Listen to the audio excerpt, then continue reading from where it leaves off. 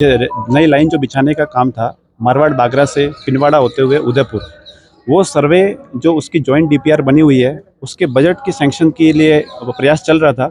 उस बजट के सैंक्शन की जगह एक नया सर्वे होता है और हमको तो पता चलता है आरटीआई के माध्यम से। और जब हमने पता करने की कोशिश की कि हमारे सर्वे का क्या हुआ, तो हमको जो रिप्लाई आता है वो इस तरह से आता है कि कम यातायात के अनुमान के कारण आपका जो सर्वे है उसको कैरी फॉरवर्ड नहीं किया गया। मैं आपके माध्यम से बताना चाहूँगा कि जो सर्वे के अंदर सिरोही रोड स्टेशन यानी कि पिंडवाड़ा के थ्रू जो यात्रियों की संख्या जो बताई गई है वो 28 यात्री बताए गए, जो कि न कि किसी भी तरह से निराधार है, अनसाइंटिफिक है। 28 यात्री बताए हुए हैं। मेरा निवेदन ये रहेगा कि आप चाहे लाइव आप एक तरह से वीडियोग्राफी करा सकते हैं कि जो 46 पैसेंजर ट्रेनें वहाँ से रुकती है और ऑटोमेटिकली आपके पास डेटा आ जाएगा कितने बोर्डिंग होते हैं, कितने डी बोर्डिंग होती है वहाँ से।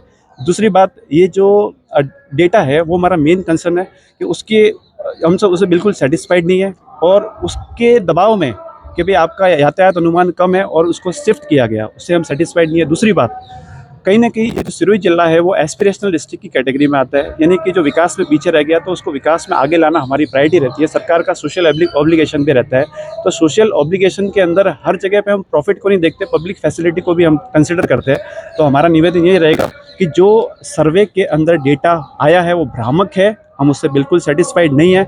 हमारा जो स्टेशन है पिंडवाड़ा स्टेशन है, आप कोई से भी पैरामीटर पे देख सकते हो, चाहे फुटफॉल पे बेसिस पे देख सकते हो, चाहे आपका कितने मतलब इतना रेवेन्यू कितना आ रहा है। मैं आपको बताना चाहूँ, जिन दो स्टेशंस के बीच में जो सर्वे की बात चल रही है उसमें आप एक तो स्वरूपगंज है और एक अपना पिंडवाड़ा है। पिंडवाड़ा के अंदर जो यात्रियों की जो संख्या है लगभग 9 लाख के आसपास है, यहाँ से जो साल भर में जो यात्री यहाँ से सफ़र करते हैं। स्वरूपगंज के अंदर ये जो डेटा है लगभग 70,000 के आसपास है। अपने पिंडवाड़ा की जो जो एक तरह से रेवेन्यू जो जनरेट होता है पीआरएस और यूटीएस के थ्रू, वो लगभग होता है 12 करोड़ रुपए, और स्वरूपगंज जो है वो 1 करोड़ से भी उसकी मतलब इनकम कम है। और दूसरी बात है, ये जो एनएचसी जो ग्रेडिंग होती है वो 5 के अंदर आता है पिंडवाड़ा, और जो सिरोही है सॉरी अपना स्वरूपगंज जो है वो एनएचजी 6 ग्रेड, यानी जो एनएचजी की जो ग्रेडिंग होती है उसमें सबसे लास्ट पे आ रहा है। इसके अलावा ये जो पिंडवाड़ा है वो नेशनल हाईवे 27, नेशनल हाईवे अपना 62 और स्टेट हाईवे 62 का जंक्शन पॉइंट है। जबकि स्वरूपगंज एक अर्बन मतलब एक तरह से क्या है कि ग्राम पंचायत जो भावरी लगती है उसका जस्ट एक माजरा है, यानी कि स्मॉल सेटलमेंट है, एक रेवेन्यू विलेज भी नहीं है। तो अब कौन से चीज़ों को कि जो बेटर है स्वरूपगंज, मुझे हमको ये समझ में नहीं आ रहा है, और किसके दबाव और किसके प्रभाव में ये शिफ्ट करने की जो साजिश चल रही है। जन संघर्ष समिति इसके बिल्कुल खिलाफ है। हमारा आपने देखा होगा आज पिंडवाड़ा और यहाँ से 23 किलोमीटर दूर है। 23 किलोमीटर दूर होने के बाद में भी लगभग 5,000 के आसपास जो बाहर जो लोग आए हुए हैं व्हीकल्स के थ्रू, आप अनुमान लगा सकते हो कि लोग इस बात से कितना डिससेटिस्फाइड है, सरकार के एक डिसीजन से कितना डिससेटिस्फाइड है। तो हमारा निवेदन रहेगा कि इस हमको हमारा हक है, पिंडवाड़ा जंक्शन हमारा हक है। क्यों? क्योंकि रेलवे एक्ट 1989 और रेलवे बोर्ड उसके जो भी पैरामीटर होते हैं उन सारे पैरामीटर पे स्वरूपगंज से बेटर परफॉर्म करता है, उसके बाद में भी उसका हक छीना जाएगा तो जन संघर्ष समिति इसको बिल्कुल भी एक्सेप्ट नहीं करेगी। हमें हमारा हक चाहिए। आप लोगों ने आज सांसद के हाय के नारे लगाए, क्या कारण था सांसद के हाय? क्योंकि सब सांसद का ही काम है इसमें सब। बोलो भैया। सांसद महोदय के जो नारे लगाने के पीछे जनता एक्चुअली क्या है कि पिछले कई टाइम से जनता चाहती है कि हमको कुछ सुने, अब कोई सुनने को रेडी नहीं है। हमने ज्ञापन दिया एसडीएम महोदय को, 16 दिसंबर को रैली हुई। इसके अलावा हम विभिन्न संगठन जो है समाज के लेवल पे अपने जैन समाज हो गया, खाची समाज हो गया, और भी जितने भी समाज है सब समाजों ने अपना ज्ञापन दिया। अब ज्ञापन देने के बाद में भी हमने उनसे मीटिंग भी की, लेकिन अगर कोई सेटिस्फैक्ट्री जवाब नहीं आएगा तो आप खुद बताओ कि जनता क्या करेगी।